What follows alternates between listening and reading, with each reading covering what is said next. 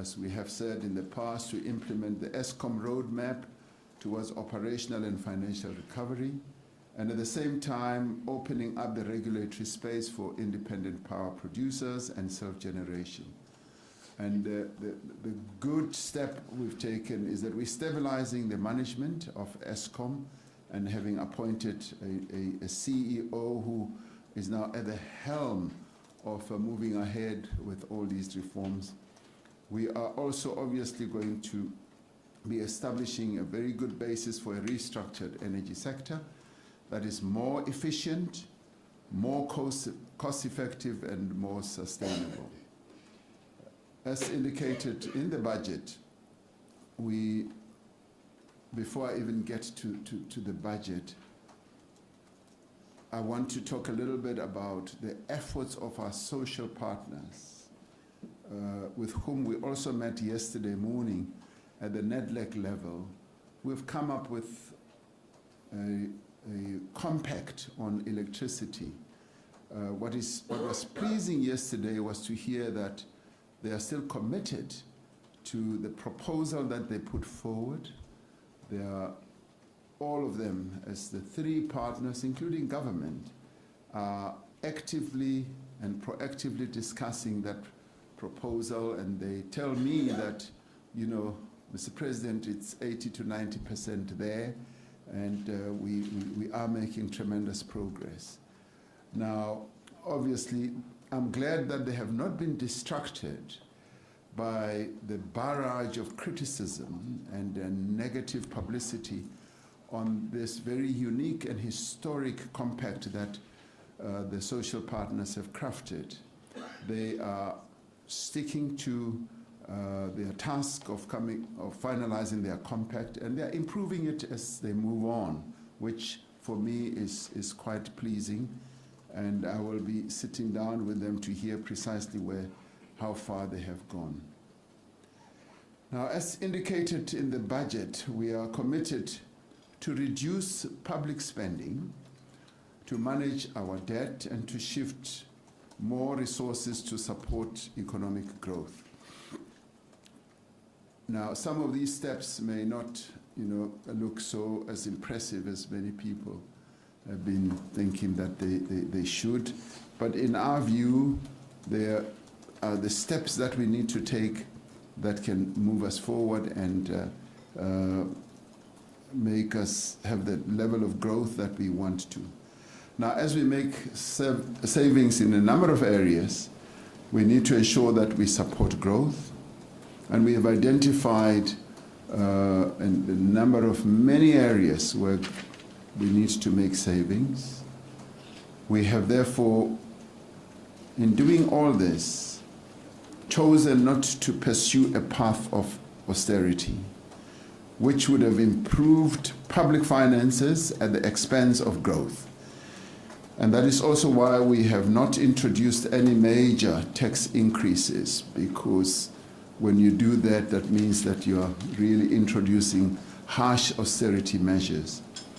We've chosen the balanced route, and we are engaging, obviously, with public sector unions on the wage bill. Now, their concerns are understandable.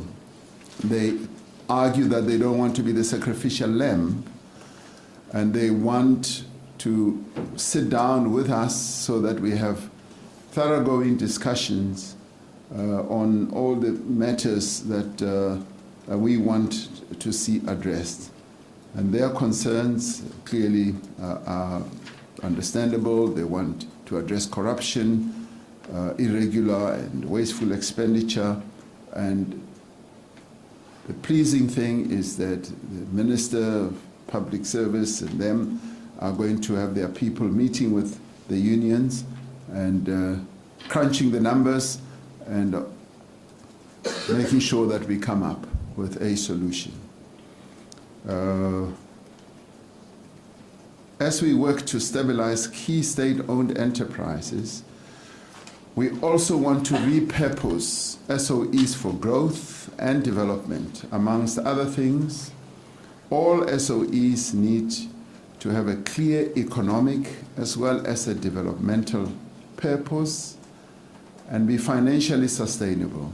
Now, through the SOE Council, which we'll be announcing soon, we will consider which entities can be merged, and obviously which entities can be restructured, and if need be, which entities also need to be shut down.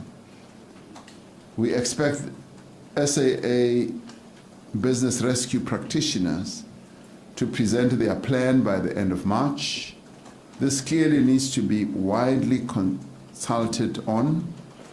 As a shareholder and guarantor of much of SAA's debt, government will need to be certain that the plan will, in the end, lead to a viable airline on a restructured basis, and that it is no longer dependent on the fiscus.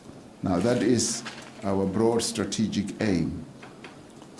Now, infrastructure, which I spoke about also in previous SONAs and including the last SONA, is, in our view, critical to our growth strategy. It is an area which we let slump in the past few years, but we know the catalytic role that infrastructure plays in the economy, and also with regard to job creation and also attracting investment. But apart from that, it also provides a very strong foundation for increased sustained growth into the future. We've therefore, in realizing the important role that it plays, to locate it in the presidency, and the Infrastructure and Investment Office, which is led by Dr. Cyril Ramaphosa, is now coordinating this whole effort, together obviously with the Department of Public Works and Infrastructure, together with a number of other partners, including the DBSA and the Infrastructure Fund and other entities. Our recent engagement with senior representatives of local as well as offshore-based financial institutions indicated that there is great appetite and enthusiasm for our infrastructure drive and opportunities to mobilize all manner of financial structuring, including blended finance, PPPs, and a whole number of others, and some even willing to invest in the infrastructure fund. Now, what they said to us very clearly and unequivocally is that money is not the problem. And they said, all you need to do is to package projects. Give us bankable projects that can be well packaged, whether they are investment type of projects or social projects, package them and bring them to the fore, and we will engage with them. And we have a huge appetite to do precisely that. And some of them even said you can leverage even some of the multinational finance institutions like the Development Bank that we've invested money in. And they've said to us, do what China does. China puts in money in that investment in the new Development Bank. They will put in, say, 10 billion, and they will extract 100 billion because they leverage what they have put in. And they said, do exactly that. And it so happened that we'd put in our investment, and we had not followed that up with good projects. And we are now wide awake, and that's precisely what we are going to do. So on the infrastructure drive, which I see as the flywheel to drive this vehicle, I believe that we will gain a lot of traction, and I've said to my team that we would like to see yellow equipment across the landscape of our country, and infrastructure can do that for us. Be it social infrastructure, building roads, paving roads, either in the rural areas, in the townships, and putting up huge buildings for either student accommodation, housing, building bridges and dams and what have you.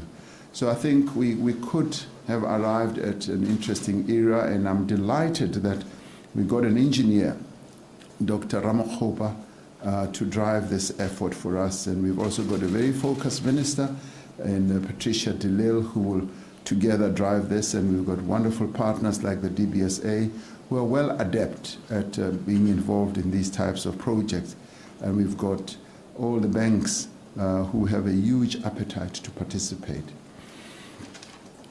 On the industry side, on the economic sector side, one of the things that I really had great interest in is to look at every sector of our economy in a very introspective way and not just look right across and say, what is it that needs to be done in each of the sectors? And that is what led to the master plans that we now are focusing on.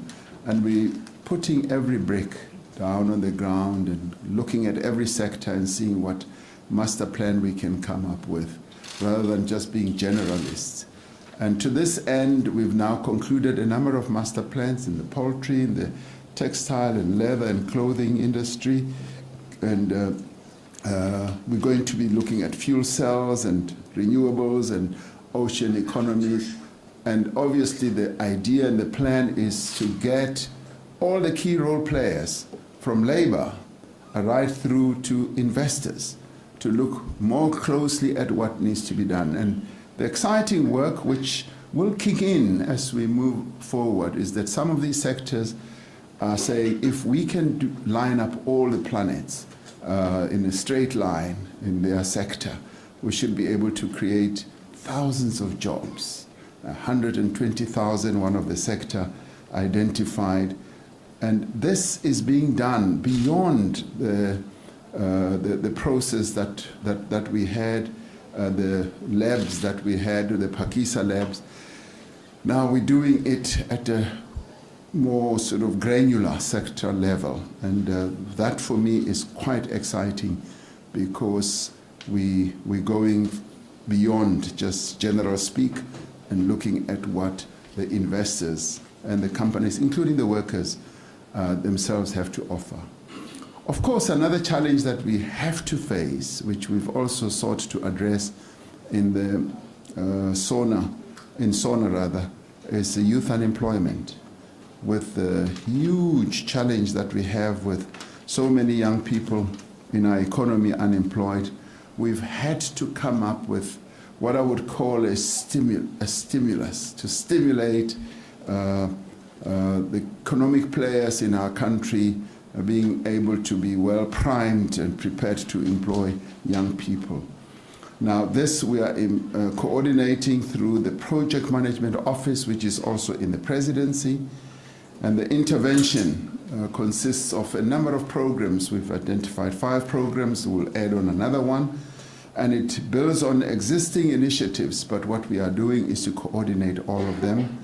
And we're bringing in various partners, of course, the young people themselves, who have clearly said to us, nothing about us without us. So we bring them in, and they have participated in crafting some of these initiatives, and they're quite excited and in being part of this. And of course, the private sector as well as government. And the first program is the Pathway Network Management System. We want to bring as many as 3 million young people into this pathway network, and so that they participate, be online, so that we have profiles of them and they are able to be assisted in finding opportunities and preparing to access those opportunities. And it builds on well-renowned initiative and experience of Harambee. And Harambee started off a number of years ago and now works with the Department of Employment and Labor. When I was at the AU, Namibia had asked the AU to help them to look at youth unemployment, and Harambee was one of those initiatives that they were also looking at. So that in itself leads to a coordinated and integrated resource, which will also, through this initiative, be massively scaled up. And as we do all this, we obviously working with the National Youth Development Agency, the Department of Small Business, and through this, we also give an opportunity for young people to start their own businesses. And some of them are so clever, they are so savvy, and they come up with interesting ideas to start their own businesses. And this will also involve the YES program. Many of you will have heard us talk about the YES initiative. We had expected much more out of the YES project, where the private sector would participate in bringing in young people into employment. It is moving on, and we wanted it to have moved on much further, but it is stabilizing its own foundation as it moves on, and it will continue playing a very important role in helping young people to get into the world of work. And some of them are then exposed to business processes, are then able to move out and start their own businesses. And the other one, of course, is to have short training courses for young people to improve their skill base as well.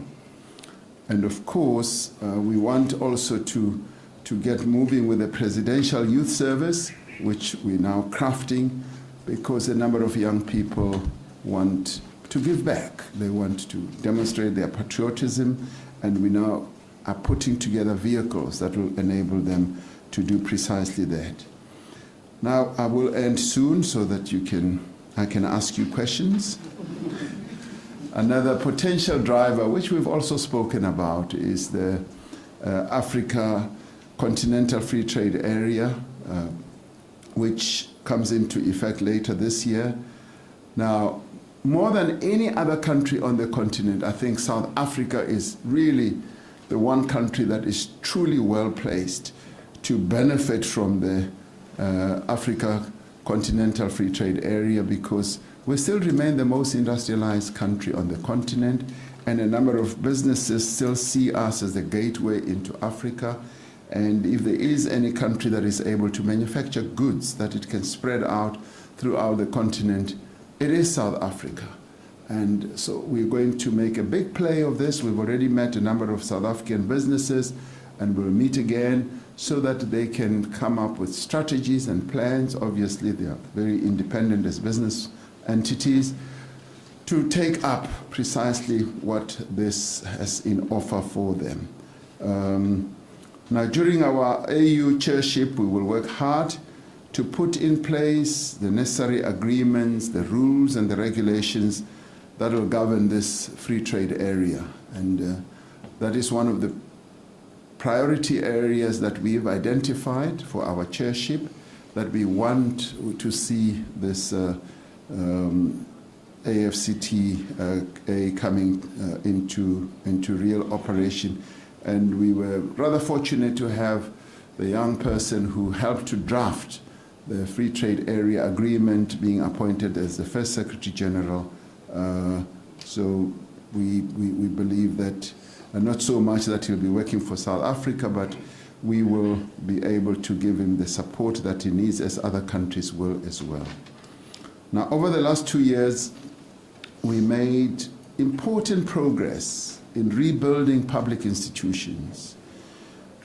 Public institutions that were severely damaged by state capture and corruption. Many of our institutions were under attack, and they were weakened, and many good people were either made to leave or left.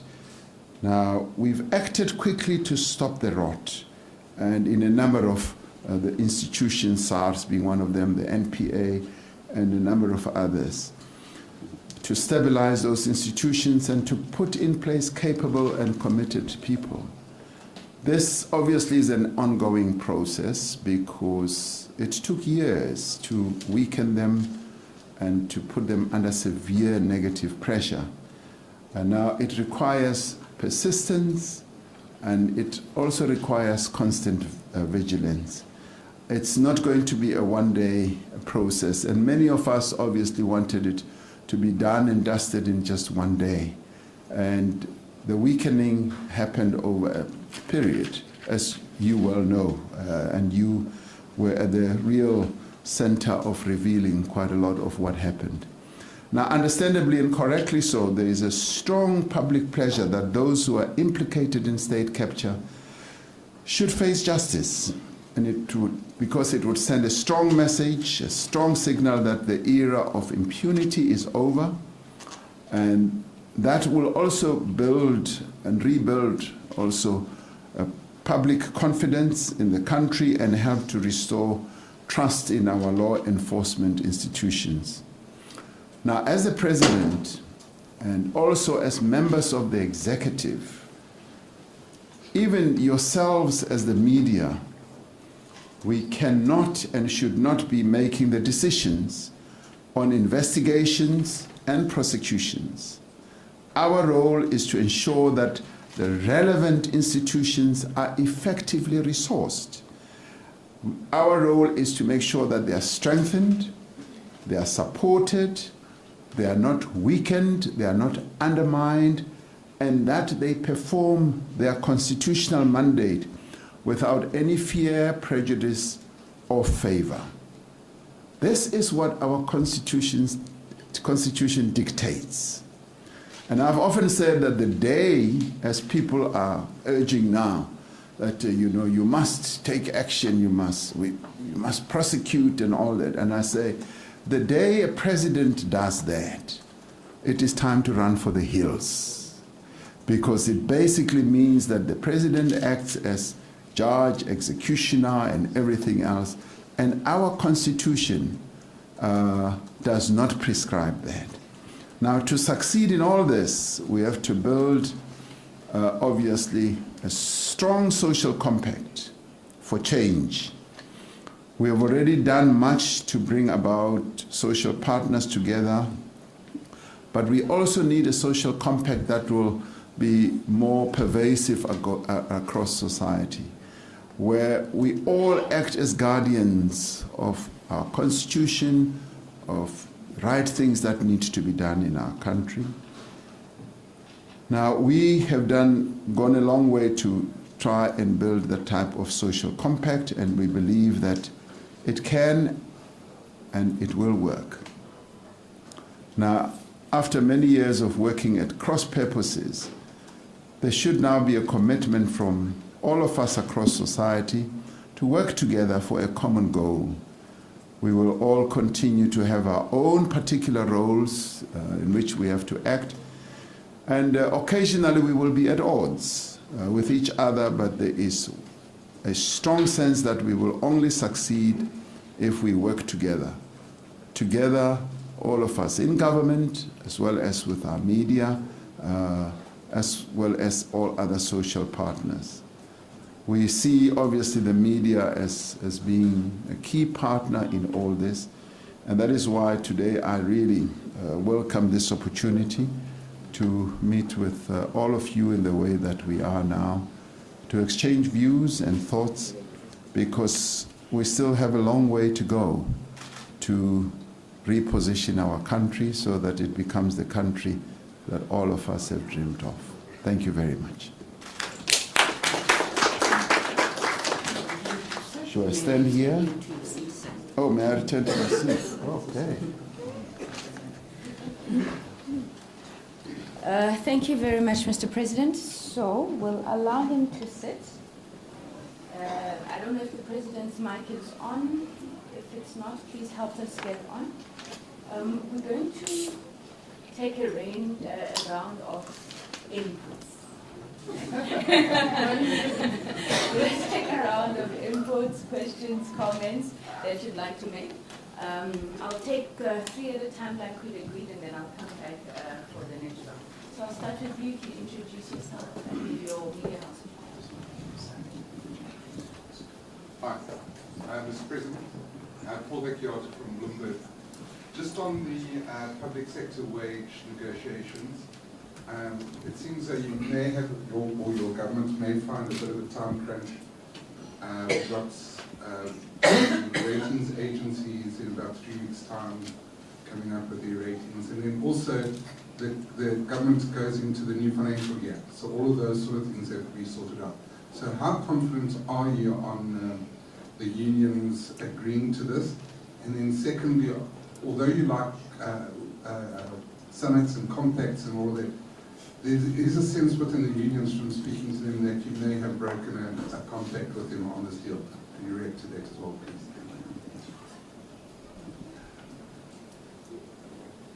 Hi, Karima Brown, anchor of the Fix on NCA. Mr. President, there has been a lot of talk about whether this budget has been an austerity budget or a stimulus budget. You've rejected the idea that it's an austerity budget, but your social compact partners have responded and said that this is in fact an austerity budget. On Thursday, your economic advisory panel meets with you. Are you prepared to revisit the macroeconomic fundamentals? You've been doing the same thing for over 25 years. You have the same problems. Are you now open to looking at things differently and a new economic model? Thanks.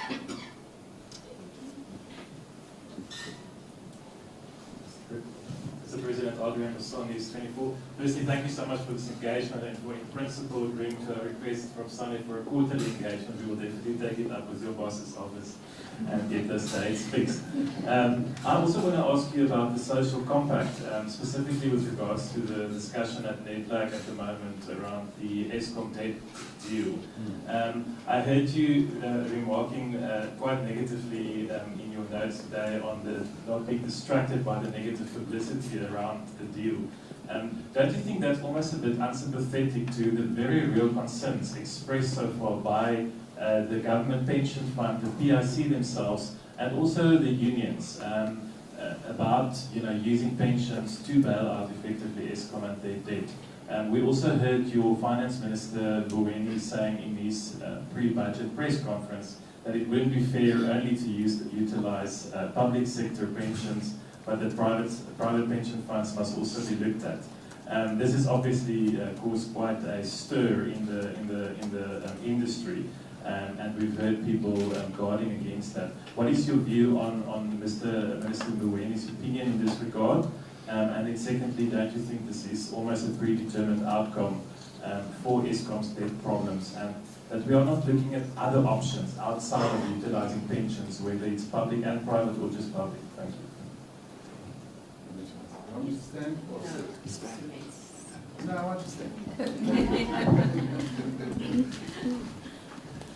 No, thank you. Thank you very much. Paul, somehow I knew that that will be the very first question that you will fire off. How confident, well, let me start off by saying the unions are saying we could have broken a compact that we had. Well, that's what is going to be discussed. That's what is going to be discussed, and these are trying and testing times. And what we are not saying, we're not saying, everybody's salary be cut by half or whatever. We are saying that it is the rate of the increase that we should look at once again. Now, the interesting part is that there has not been what I would call the violent, or not in the violent sense, but complete rejection to even talking about this. The unions have said, well, this is what was our understanding, but we're willing to talk, and the talks are now going to ensue. Because indeed, the wage bill is what really is the greatest expenditure that we have, almost 40%, and that is the one that we need to look at. But the unions have also been really proactive, which is what I have appreciated. They have said, and as I said, they don't want to be the sacrificial lamb, and they said there are a number of other areas where you can look at savings. Let's look at, of course, corruption. Let's look at even some of the contracts that were entered into, contracts that are onerous on government. Let's look at irregular expenditure. And they are saying if we reduced all that, we will find that there can be lots of savings. And to this end, we've actually developed a huge annexure of looking at the variety of savings, including reducing international travel and getting people who often travel business class to start traveling economy class. And I've even said to the ministers that, when the Air Force plane was not fully functional, I traveled around the country in Mengo, Kulula, and SAFA, and SAA, and I would travel economy, and it didn't really bother me because it took me to the destination where I needed to go. And that was, in some ways, a demonstration that you can actually begin to reduce the cost of the travel, of course, because when I travel, there are quite a number of people who go along, and if all of us travel, economy is much cheaper. It reduces a little bit, although there are too many people who travel with the president. So there are quite a number of areas where we can reduce and meaningfully reduce, but in the end, the public sector wage is still their biggest. And the idea, and this is where I argue that we are not getting into austerity. The idea is we reduce the percentage of the increase, and this is where the savings comes in. And move on to the next question asked by Karima Brown. Are we prepared to revisit our, say, macroeconomic model? And you're absolutely right. The Presidential Economic Council is meeting, and we're going to, and these are bright people that we've brought together. We're going to listen to how they look at our country, proposals that they may come up with, and we want to be an entrepreneurial state. We want to be a state that listens to good ideas that can take our country forward, and whatever can work and produce the growth that we want, we will obviously want to listen to. And if it begins to touch on key principles and ideological positions, then we will talk about that with the various social partners that we have. But the main important thing is that we are open to listening, we're open to hearing fresh ideas, because we want to be an effective entrepreneurial and developmental state. So I'm looking forward, Karima, to this meeting that we are going to have, first meeting of our Presidential Economic Advisory Council. Adrian, with regard to the proposal that has been made by COSATU, which has now been, if you like, appropriated by all the key social partners in NEDLAC, the discussions are ongoing, and I think it is taking the process forward. People are exchanging views and thoughts. Ostensibly, anyone would be concerned that we should put your pension money into a loss-making entity, and all your pensions will be lost. Ostensibly, everyone would be concerned. But this proposal, this compact, envisages an ESCOM that is reformed, restructured, rebuilt, an ESCOM which will have ridden itself of corruption, ridden itself of unfair contracts, an ESCOM which will have followed the money wherever the money has disappeared to, an ESCOM that will have gone out to collect the monies that it is owed, either by individuals, be they in Soweto or anywhere, by municipalities, by government departments. So it is a comprehensive proposal and a compact. And it is quite compelling as I looked at it, because it also includes the process of campaigning, of those social partners saying, we will go out and campaign with you. Yesterday, we had a meeting with the senior management of ESCOM, and we were talking about the debt that they are owed, and we were saying, come up with a number of ideas. Yes, Soweto owes you 16 or 17 billion rand. You need to go out and collect that debt, but come up with clear strategies of how you will collect that debt, and the municipalities and so forth. So we are now going to be looking at a reformed ESCOM. And this is what has given a lot of confidence to trade unionists who are not wagering their members' money into a loss, but who are saying in the end, we want, the country and the economy depends on Eskom for us to stay in our jobs. And so therefore we need to see this as a collective responsibility for us as unions. We are an entity that has access, yes, to influencing our pension funds. But we also need to see the extent to which we can work with business. And the interesting thing is that business is also locked in these discussions, as well as government. Now, the key question is, and this is where Minister Mbowene's proposal comes in, and he is saying, don't only leave it to public sector pension funds, it should be broader. Now, your question you ask is, shouldn't we be looking at other sources of money? Truth be told, we are one of those countries that is not well developed when it comes to savings. And much of the savings that we have as a country is in the pension funds, and has been so for time immemorial. In 1958, the prescribed assets regime was started in our country, where they decreed by law, the Pension Act, that up to 55% of your pension, the monies that are in the pension fund, will be invested in prescribed assets. That's what they called it, and said, this is what you do. What did that money do? Because that was a huge reservoir of money. That money went into building up today's Eskom, building up CESOL, building up ISCO, building up the ITC, and so on and so on. So that's what that money did, because there wasn't so much savings at the time. And then in 1989, the prescribed assets regime was then stopped. But then what then came about, what then was inaugurated, was what they called alternative investments, where they said pension funds should invest 10% of their money in alternative investments.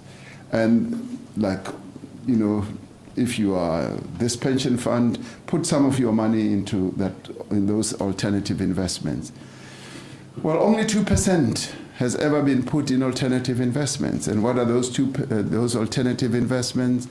You know, it will be like developmental type of investments, BE type, and so forth. So where is the money in our country? It really is in your pension funds. The Reserve Bank says pension funds have about 8 trillion rand of the savings in working people's hands is in pension funds. Now, if those alternative investments had ramped up to 10%, that would have meant 800 billion that could be invested in alternative investments. And what could they be? Some of them could be Eskom. Some of them could be water reticulation, the Lesotho Water Highlands. It could be a whole range of others.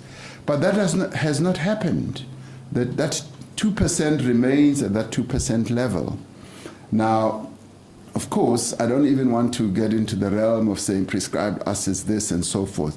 But there is room for us to maneuver. Economies only grow when investments are made. And to make investments, you go to the source of money. And the best way is to go to the source of money where they can make investments rather than loan you the money. You ask, what is the alternative? Where could we get money? Of course, Eskom has been trying to get money over the past few years and ramped up a debt of 450 billion. We no longer have space to go and loan money. So therefore, what is required now is for investments. And what better space could we be than when Eskom has now been restructured and has been divided into 3 entities: transmission, generation, and distribution. And that is where any investor spreads their risk. And this we believe, and as the unions and business and communities and government are looking at, this gives us a great opportunity to be able to have a relook at Eskom. The Eskom that we are going to have moving forward is going to be a different type of Eskom than we have had in the past 10 years. So we're going to look at a revamped Eskom, an ESCOM that will become investment grade once again. Remember that ESCOM used to be, in terms of just rating, used to have a rating that was much more important than the sovereign. And we want to take ESCOM back there. It was greater than the sovereign because it was well run, it was well managed, it had very little debt, and it made money, it made profit. That is the journey that we want to take ESCOM to.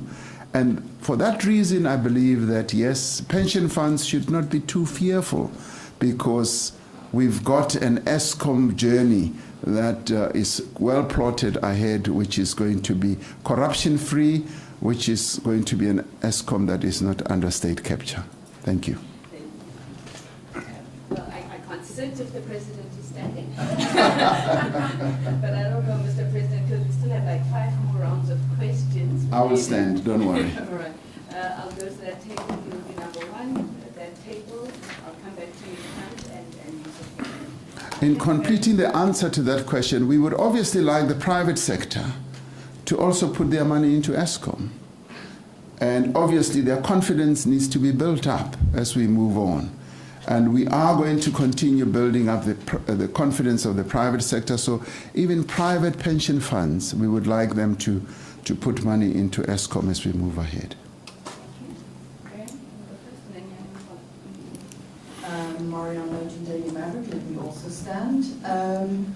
How far has the reorganization of your administration progressed? How far are some of the plans to turn what is called colloquially, or to establish what is colloquially called a super presidency? What are the deadlines on that? And perhaps, given what you have said to us earlier, you may also want to comment, or it would be appreciated if you could comment on the fact that a number of your ministers in recent weeks and recent months have declined to speak and brief the media on issues pertaining to their portfolio. And generally the reason had been, oh well, no, the president is in charge of this, or the president as commander-in-chief must first say, or the president really is the one that must make the announcement. If that's the attitude by your ministers, maybe time to cut them? Sorry, the second question is at this table, participant. It's on here.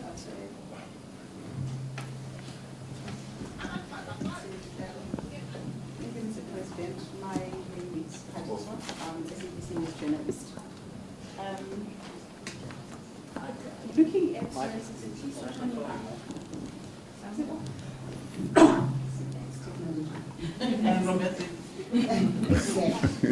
you, Mr. President. My name is Patricia from SABC News. Just looking at the economic data that came out this morning, and recently the unemployment figures that also show that our situation is not as good as we would want it to be. I just want to check, what is the single and concise message that you would give to the citizens of the country that you have the situation under control and that there is confidence that things are going to change? Because we have, in the recent past, seen several gatherings and initiatives coming from several quarters in the business sector, and including your office, to mobilize investment in the country.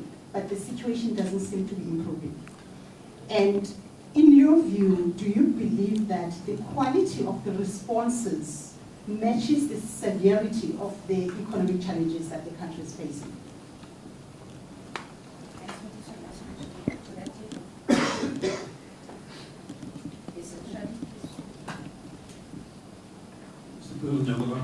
Just follow up on what you said about ESCOM. When Mr. already made the announcement about the private sector that Fabian referred to, I can't remember his exact, but regarding this, he mentioned the word equity. Does that mean that parts of ESCOM will be available to buyers via stake in it. And secondly, last year with the saga after the election, you announced that the ministerial team was going to engage with the Ingonyama Trust. Can you give us a progress report on the work of that? Okay, thank you. The first one, how far are we progressing with changing the administration? How far have we progressed? Now, one of the tasks that we had to confront as we really started wrapping our arms around, the state, we should have realized it earlier, but it came more and more to the fore that the capability of the state had been severely weakened. I mean, in some cases, completely dysfunctional. When I addressed the nation last year, soon I think after the elections, I highlighted 7 priorities. And I made a mistake in highlighting the capability of the state as number 6. It should actually have been number 1. Because admittedly, we were looking more at economic growth and said economic growth is number 1 priority, which is obvious because of the economic malaise that we are in now. But in fact, what we should have focused on is, what we should have said is the capability of the state is number 1. And then everything else hangs on the capability of the state, including the very last one, and Africa that is at peace with itself and peace with the world. It can only happen if the state is capable. Social cohesion can only happen when the state is capable. Expanding the social wage, health, education, only when the state is capable. And economic growth driver has to be a very strong and capable state. So what we've been looking at more closely is to say, how do we strengthen the state? How do we address this key engine? And obviously you do need to have the presidency, which is the apex of government, functioning well. We are not yet where we want to be as the presidency. We are, rebuilding, repositioning the presidency. And the good thing is that nearly everyone has often said, on things such as service delivery, this needs to be driven from the presidency. That's what people have often been saying, that this will be more effective if it is in the presidency. And they go back to those days of past when there used to be presidential projects, special ones like, Alexandra, like I think Khayelitsha and so forth, driven from the center of government to gain more traction and to have good effect. Now the question often comes up, are we building a super presidency? No, we're building a capable state which has a very functional presidency. And I often say that there are departments in government that should always try to operate at the top of their game. The presidency is one. DERCO, international relations, is another. Treasury is another. Intelligence is another. The defense force is another. The police is another, and I name them all. Not that the others are less important, but they need to be really operating at the top of their game. So we're not trying to build a super presidency, we're trying to build a capable state. Is that going to be done overnight? No. And we are doing it in a way. The other problem, of course, is many skilled and experienced people have left the state. And our succession planning has not been very good. You may recall that report that was produced by the South African Institute of Race Relations, which talked about the musical chairs that kept moving, and where they said, For instance, the tenure of directors general was like on average like 18 months, 20-something months, and so forth. Now, you can imagine that and see how that state has been weakened. So the presidency, therefore, working together with other departments, is seeking to reposition government. I'll give you a good example. The two offices that we've established in the presidency, the Project Management Office, which is looking at youth unemployment. That office, the people who are heading that office have taken the trouble to work with every department in government. So the coordination that then takes place with nearly everyone in government has been most admirable, and that is why we're going to come up with a very good youth employment type of initiative. Similarly with infrastructure. Infrastructure, the people we've deployed in there are going to do the same, work with nearly everyone.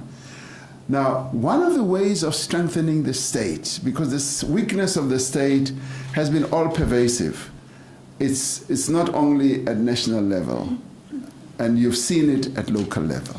It's possibly the worst at local level, graduating to provincial level.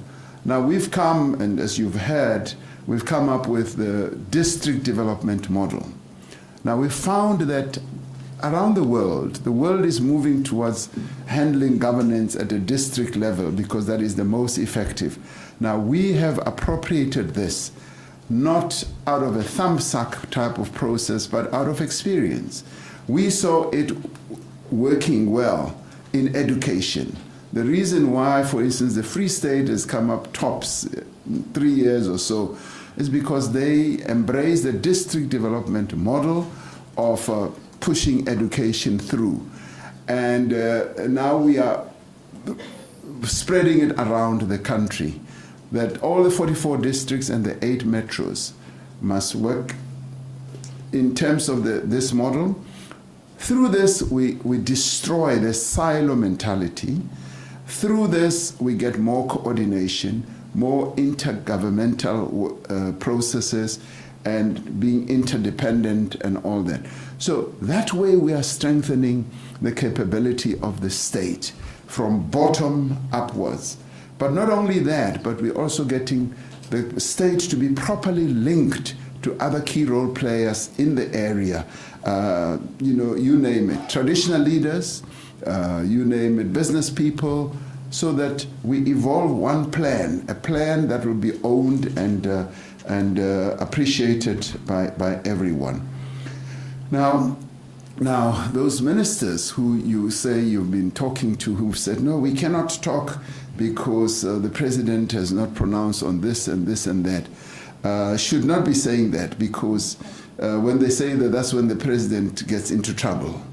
That's when the president says he's shocked, and you no longer want to hear that. Now, those ministers need to be made more and more accessible to you. And I'd like to see this, what we're doing today, as the beginning of a reinvigorated process where we will open ourselves to you. And Kusela, I do think we should go back to what we used to do in the past and have the SANEF interaction with government, with me there, the deputy president and the ministers there, so that we engage. Through that, we will then be able to break down the barriers that you feel that the ministers have been building around themselves. Patiswa, given the figures and given the weakness of our economy and unemployment, do I believe that we are coming up with quality responses that match the challenge that we are having? Patiswa, yes, I believe we are. And obviously, in terms of our economy, we are facing both subjective as well as objective factors. The objective factors are those that, like any other country, we may have very little control over, like the coronavirus. The impact of the coronavirus is objective. It comes from the outer space. And what, for instance, Trump has been doing on the trade wars comes from outer space, and a whole number of things. But there are others which we have admitted, which we have said, that's where we made our own mistakes. So those are subjective. Those are factors that we can address and do something about. And I like to believe that we have now entered an era where there is no longer any resistance to restructuring, the transformation, and the reforms. The trajectory on reforms has been embraced. We say we are going to reform. Yes, we will continue debating with those who will argue that no, maybe not this reform and not that reform, but this caravan is moving. It is moving. It's a moving caravan. We are going to reform, and we will deal with our own internal challenges and difficulties, but the caravan will continue to move. And as it moves, we will be repositioning our economy for further investment. And we've said that we need more and more investments. And the investments that we've been able to garner speak a lot to the attractiveness of the South African economy to investors, both local as well as offshore investors. It's not many countries who, having set up a target of attracting 1.2 trillion rand, have in the first 2 years almost gone beyond the halfway mark.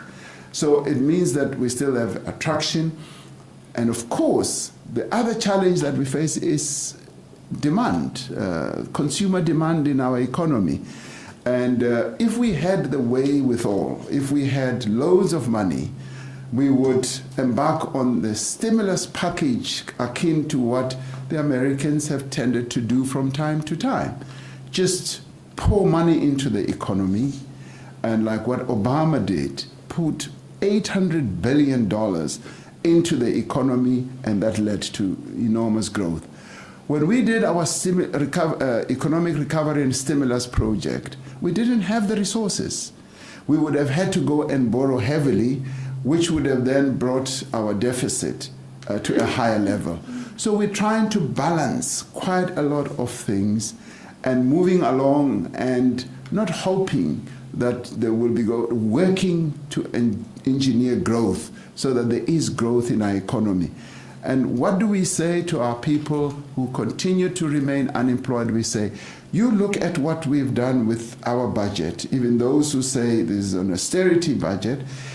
We say what we have sought to do is to put money into, for instance, into a youth program. The youth initiative is one that we're pouring money into to make sure that we do in the end give young people the opportunities, and the opportunities are going to be replete. And we want young people to get into those opportunities. And we're going to focus on small and medium enterprises. We're going to focus on skills development. And we are going through our various, if you like, incentive programs, going to be incentivizing businesses. Even those businesses that can't pay the minimum wage are, if you like, incentivized because they go forward and apply for an exemption. And they are granted exemptions, and that in a way is an incentive of some sort because they can continue employing the people that they employ. So we're working hard to generate growth. And I believe that through patience, through doing all the right things, we should be able to have growth. We're building a foundation which was almost pummeled to smithereens. We're rebuilding and we're repositioning the country, and we are doing all the right things. Now, the one thing that if we had in backfuls is money. If we had loads of money, we would just pump money into the economy. And other countries, you know what other countries have done? I think Australia or New Zealand, they just wrote out a check for every citizen and said, here's money, go spend. And suddenly people have like 10,000 rand to go and spend. That's what we could have done, but we don't have the money. So we've got to come up with a number of initiatives. The issue on Eskom, are we saying that there should be equity play in Eskom? Now, Eskom once is divided into three. Now, transmission by definition is your pipeline. Pipeline, that is the Eskom that could continue to be owned by the state completely. and because by definition it has to be, and that is where the security of the country also resides. But generation, by operation at the moment, you're having a number of players. And the initiatives that we have now announced are going to mean that there will be a number of players in generation. And a number of countries, even the most communistic countries you can think of, China, they have a number of generators. And what does that do? It encourages competition, and it ensures that the consumer is not at the mercy of one generator. So there is healthy competition, so that in time to come, that's what we will see. But Eskom, being as big as it is, will continue to play a very big role because it generates 43,000 megawatts, and even your renewables are still at like 5,000, and it will take them quite a long time to get there. And of course, distribution is spread out.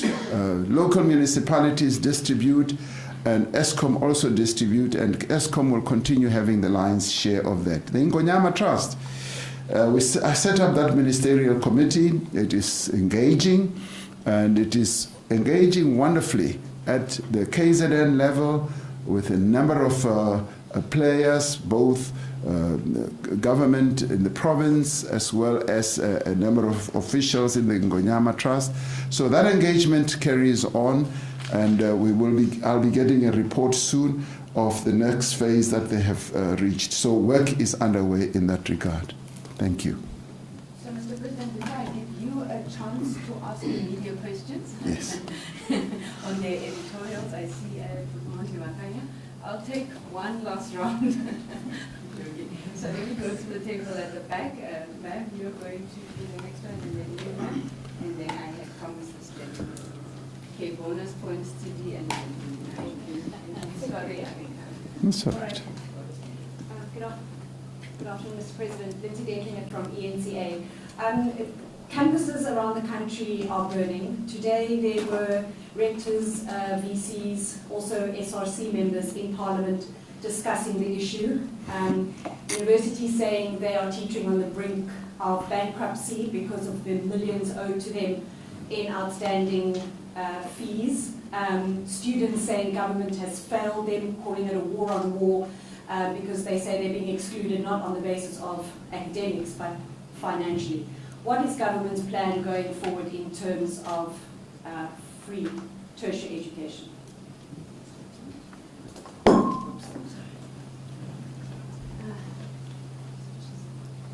Hi, Mr. President, good afternoon. It's Carol Payton from Business Day. I want to say I really appreciate that we're still allowed to come here even though we bash you all the time, and we're welcomed. I just wanted to say that I think you did dodge the question on Eskom, on Jan's question, because if you're saying that pension funds must invest in Eskom, they can only invest through debt or equity. So if they're going to invest through debt, you've still got a debt problem for Eskom. And the obvious solution is to sell some power stations and pay down some of your debt.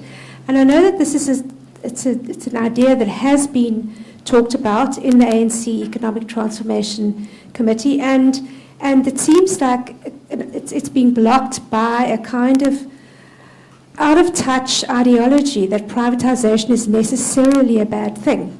Can you comment on that, please?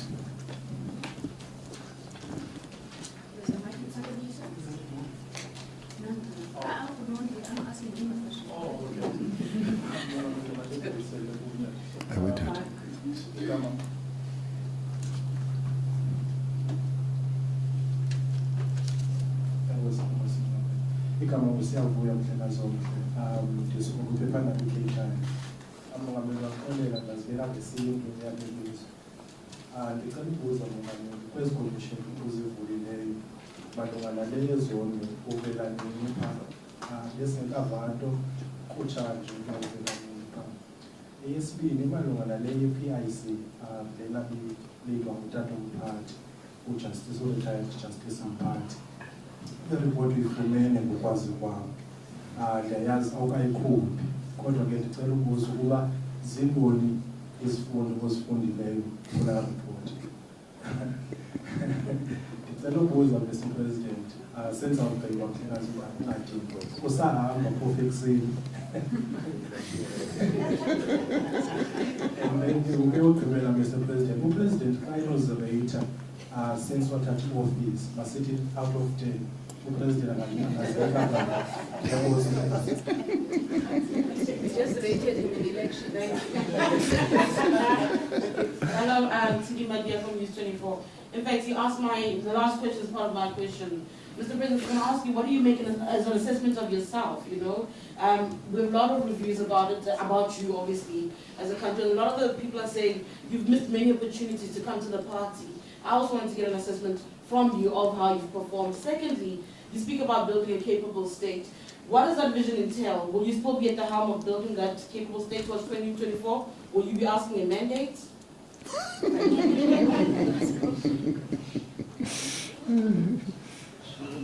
Oh, sorry. Okay. Oh, there's another one. Oh, sorry.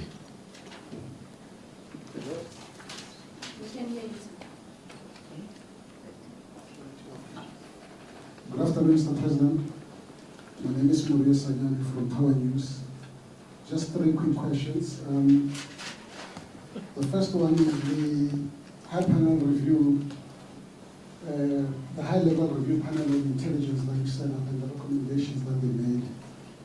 And we have seen in recent times break-ins in our state security agency offices.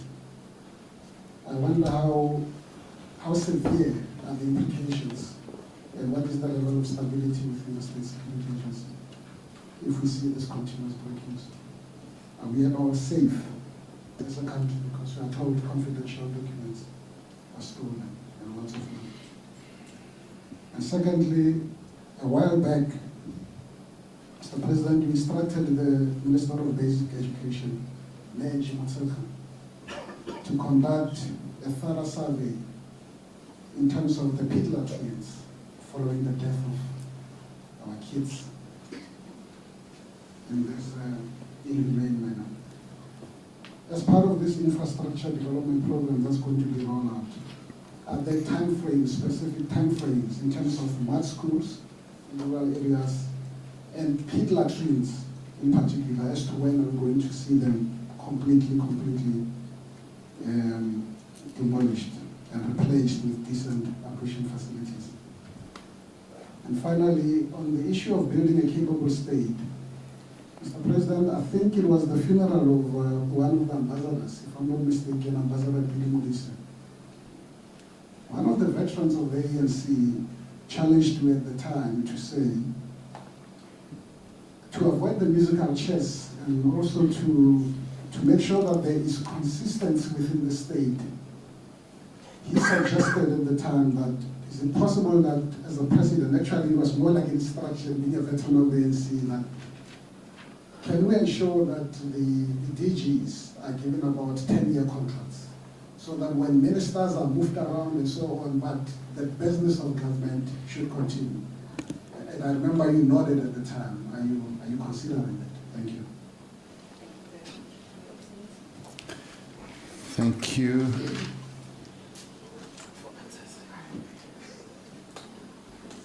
Which one? Okay.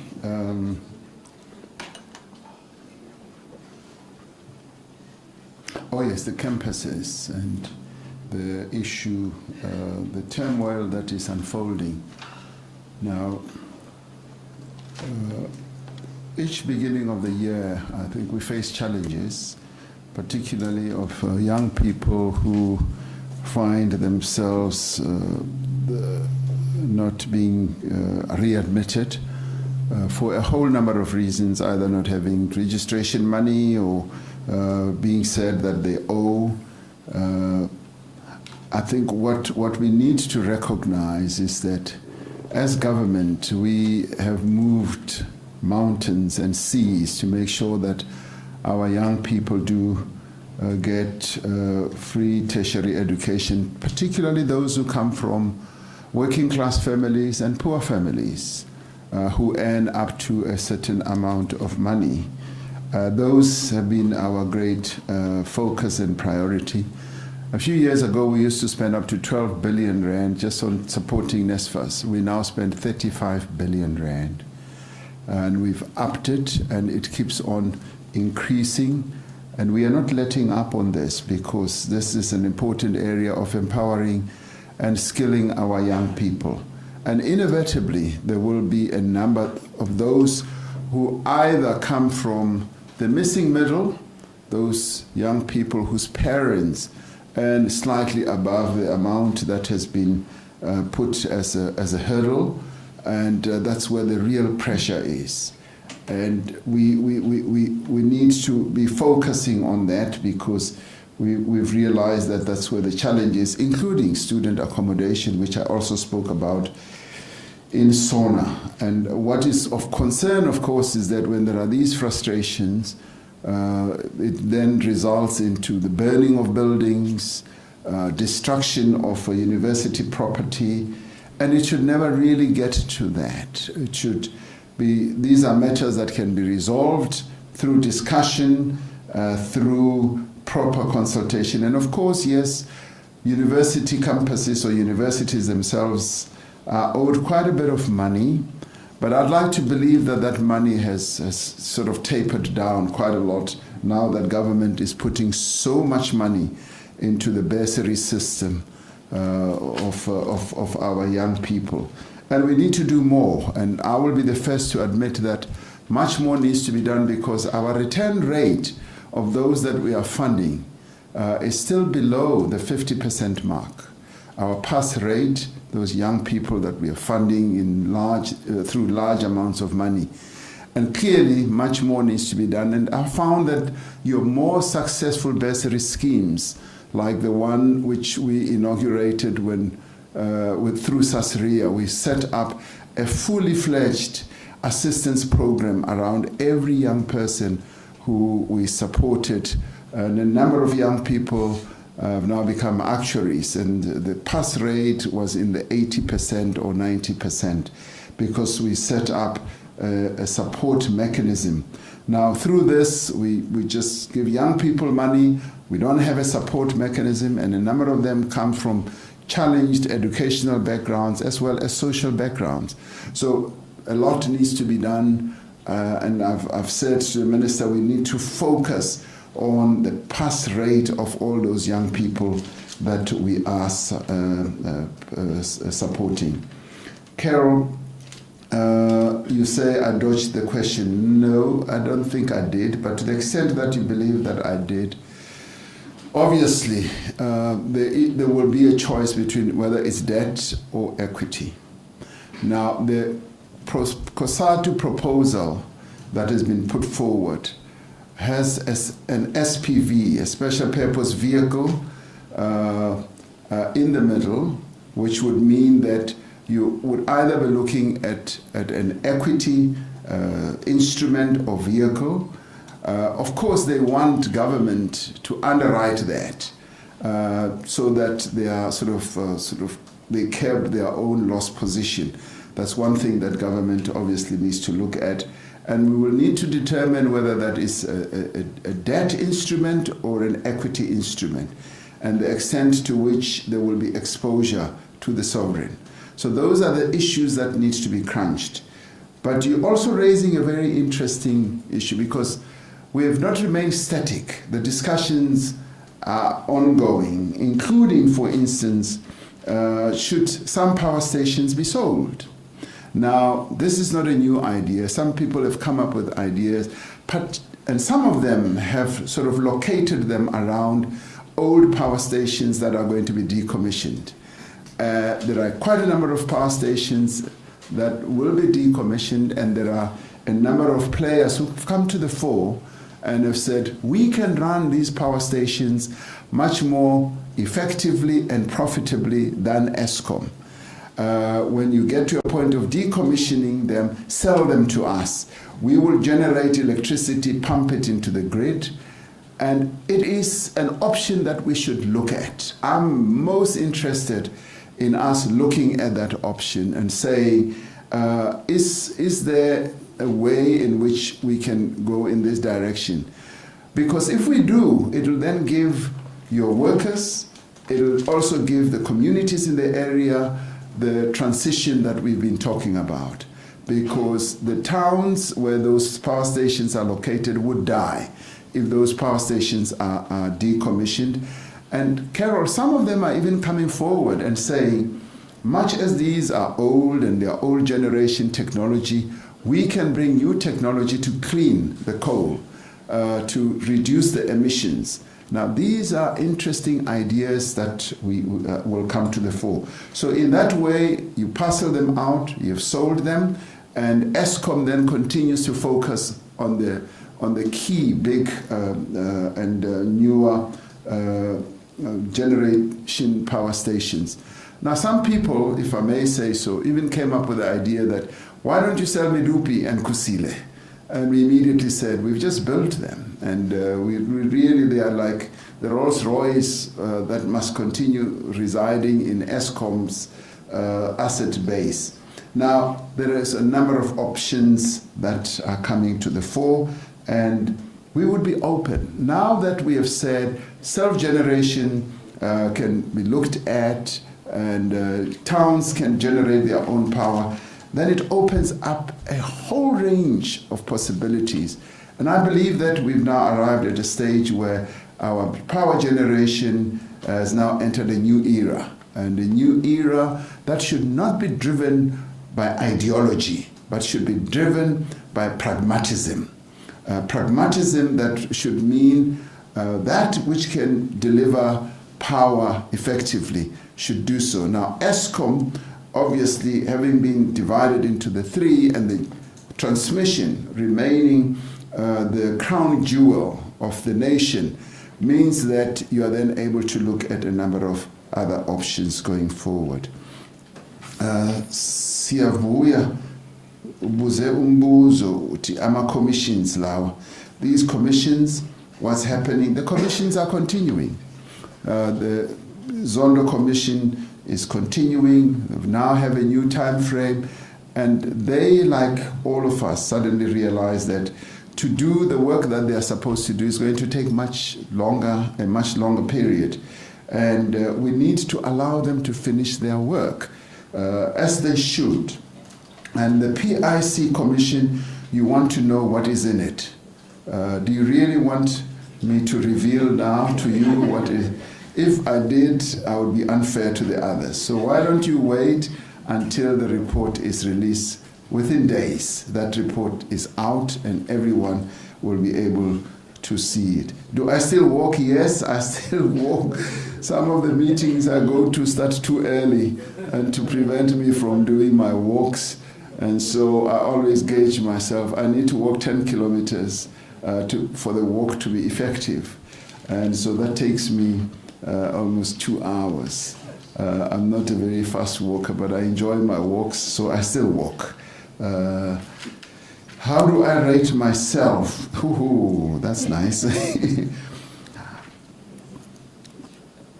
I have dedicated myself to doing everything I can to execute my mandate. And some of the things I've had to do may have shocked you.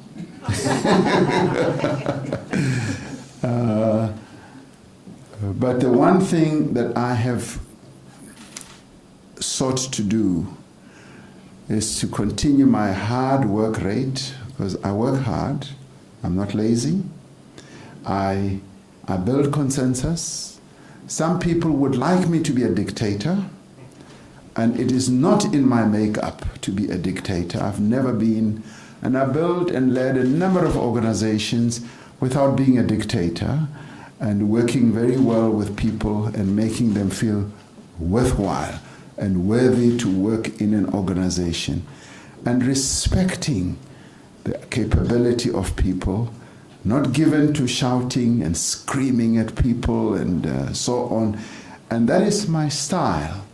And some people have even said what you should do. For instance, some people have said, you're a weak president because you are not going to agree to fire the workers at ESCOM. And I said, if that defines me as a weak president, that's fine. Because when we deal with the issue of unemployment and dealing with people losing their jobs, we've got to try and find many solutions, as many solutions as possible. And if not firing people defines me in that way, that's fine. And I will continue doing the work that I have to do. How do I rate myself? CD also asks my own assessment. I rate myself very well, CD. I think I do. I'm a hard worker. I really am a hard worker. Will I be asking for a mandate in 2024? You specifically? Who, me specifically? At the helm of the governing party, say, put your faith in Cyril Ramaphosa once more. It's. So you want to run again? That's ultimately what I'm like when I was elected by a collective at a conference. And the collective said, we want to put you in this position. And the same thing might happen in 2024. So stick around. You may see this movie again. Then there was the colleague from Power News, the high panel report, yes, with regard to the stability of our nation, intelligence. Yes, the reason we established or put together the high panel was because we had challenges. And as we work to implement that the recommendations, we obviously are resolving some of those challenges to ensure that there is stability and there is general safety for the people of South Africa from a security point of view. Pit latrines, as well as mud schools, what is the time frame? In this regard, we've set a number of time frames as a government. We have, and it's very tempting for a government to say by X date this will have happened, and we've learned from hindsight that that is not the best way of doing it. Just get on and do the work. If you do the work, and people will see that you are achieving. Now, obviously, we wanted to get rid of mud schools. It did not happen as easily as it should, but work is being done. The mud schools are being gotten rid of. The pit latrines as well. The progress has not been according to my liking. It's been much slower than what I had wanted, but it is being done. And I asked for the report just yesterday, and it's not at the level that I want, but I'm going to make sure that we speed up our pace in doing this. Lastly, you referred to Ubaba Sangweni, Professor Sangweni. He's the one who, at the funeral of Ambassador and former Minister Skweyiya, said that DGs must be given a 10-year contract. And I would actually say it should be much longer, because part of the weakening of the state came about when DGs were changed. As a minister came into office, they felt that I didn't like this DG, and they changed, and another one came in. And then they were given 5-year contracts. And what inevitably happens with anyone is that you're given a 5-year contract, and mid-term, you start looking elsewhere, because you're not so sure that the minister looks at you with favor every morning and they smile and so forth. You say, I think I should start preparing to get out of here. And you defocus. You lose focus. You no longer get focus on the work that you have to do. You start going for interviews quietly, and it basically means that we've lost a DG. And sometimes the DG is changed and we start all over again, and there hasn't been succession planning. Now, this started obviously at the turn of our democracy, where there was obviously a view that those who had served in the past needed to be transited out through the Government of National Unity and the Sunset Clause, and so therefore a time limit was put. But the problem is we let the pendulum swing too much the other way, to a point where we then started losing what strengthens the state of having a professional, if you like, cohort of civil servants who know that their task is to serve the people of South Africa, but also importantly, to have a cohort of civil servants that is depoliticized, that just focuses on the work that needs to be done and have tenure. Now, we lost the tenure part and we started interfering. We started politicizing them, and this is what has brought us to where we are, to have a state that is not as capable as it should be. So do I support 10-year contract? I support more than 10 years. And I believe that we must professionalize our civil service, and our civil servants must be appointed by a public service commission, and through that we then take the politics out of those who are supposed to serve the people of South Africa, and they have longer tenure rather than truncated tenure for 5 years. Thank you. Thank you very much, Mr. President. Sir, thank you so much. Is that it? I'm glad. We really appreciate it. Ladies and gentlemen, so I'm hearing that we are probably going to see you then next quarter. Thank you once again, and I hope that this was as fruitful for you as it was for us. I did indicate that a number of the President's advisors are here. International Relations Advisor, Dr. Kurubata, Charles Magula, our Security Advisor. I see at the back, Special Advisor Janae Nicole is also here. So if you have any follow-up on some of the issues, they are more than happy to speak to you, and the acting CEO of GCIS. Thank you so much.